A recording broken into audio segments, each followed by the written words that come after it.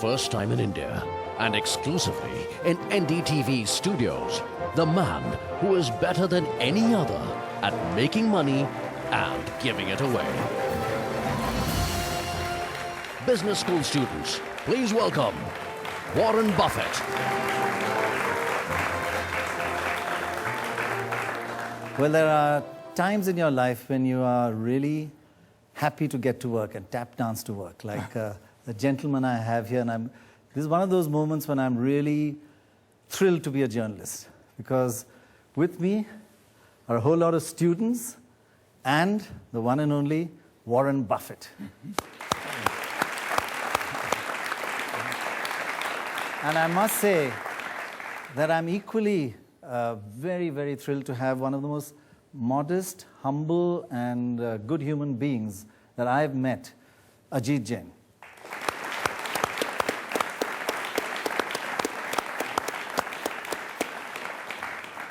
Well, we're going to get your questions ready, and please be impressive, right? Short, sharp questions, and be tough. This is your one chance. Anything goes. Anything goes. He says, you can ask anything.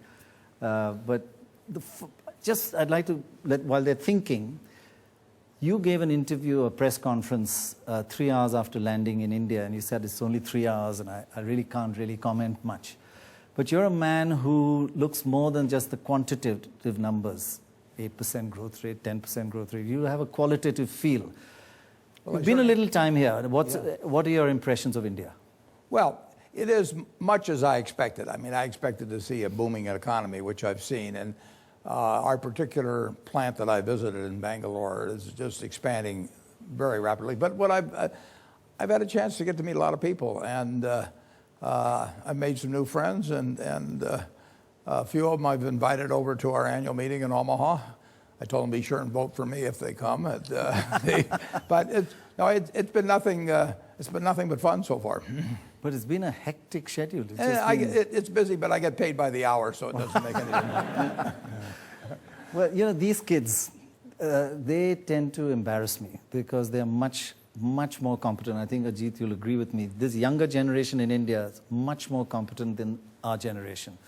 Is it the other way around in America, that the younger generation are they've got everything they really need, they're not as hungry, so it's a reversal that you've got a great existing generation and a not so hungry new generation. We've got a dull old generation like us, but a really hungry young generation. I meet with, I'm going to meet with 48 schools this year, universities. A couple of them from outside the country, but 45 of them are from America. And I love it. I mean, yes. But I'm seeing people that kind of remind me of myself when I look out there. They got lots of energy. They're smarter than I was, but they're looking forward to doing the same thing I've done. And they look at me and they think, my God, if he can do it, I can do it. It must be easy. When they look at Gates, they don't think they can do what he did. But when they look at me, they think, anybody can do that. Okay, let's take our first question. And you could ask either the two gentlemen here. The question is regarding the markets in India, the equity and the bond markets. So what financial innovations would you recommend for the Indian markets to be more developed? Where are you from? Can you just tell us? Okay, I'm from IIM Bangalore. IIM. Sounded like it, actually. Yes. I really don't know your markets here that well. I mean, I look at individual companies, and if I find a business, what I like to do first is I like to value the business before I even look at its price. Because if I look at the price of the stock, it will have some impact on my valuation. If I like to go in without having the faintest idea what the stock is selling for, and I look at a stock as a piece of a business, so it's what the business is selling for. So I look at the business first and value it, but I don't really care about a lot of innovations in a market. And in the end, I just want to buy a piece of a business that I feel has a good future, honest and able management, and buy it at the right price. And whether there's an option market attached or any of that sort of thing, it really has no impact on us. We're in the business of buying businesses. And we buy some of them in their entirety. We like to do that particularly, but some of them we buy part of. We own part of Coca-Cola, but we own all of 70-some businesses.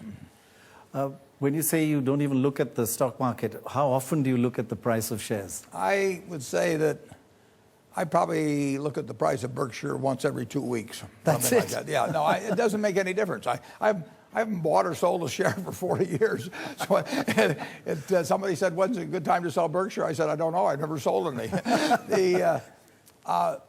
The only time I'm interested in the price of a stock is when I'm either buying or selling it. And if we're buying one stock right now, I hope it goes down, obviously, because I've got billions of dollars worth of left to buy. Right. And most people like their stocks to go up. I like our stocks to go down because I form my own independent judgment of what they're worth, and the cheaper they are, the better it is from our standpoint. Absolutely. I am from IIM Bangalore, and from all the students here, we like to thank you for the knowledge that you have been sharing all across. I mean, Benjamin Graham would have taught you alone, but you have taught many students across the globe, and I think we are very privileged to have you here in India.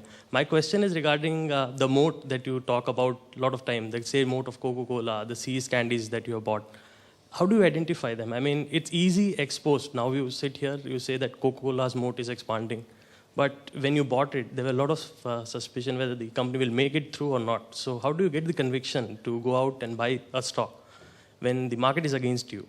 Well, if you can't recognize the moat, it doesn't mean there isn't one there. It may mean just you can't recognize it, and then you go on to the next one. You don't have to buy any given stock. There's thousands and thousands and thousands of stocks trading just in the United States or on the New York Stock Exchange.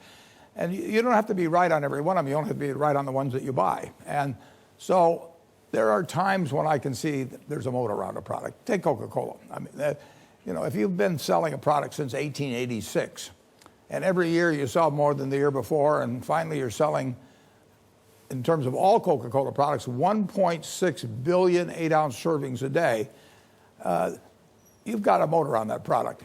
Now, the moat is partly the taste of the product itself, but it's also the association that comes to your mind. If I say Coca-Cola, everybody in this room has something in their mind about it.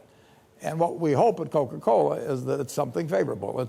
So we want to be around you when you're experiencing moments of happiness. So we are going to be at the Olympics and the World Cup, and we're going to be at Disneyland and all kinds of places where you're happy.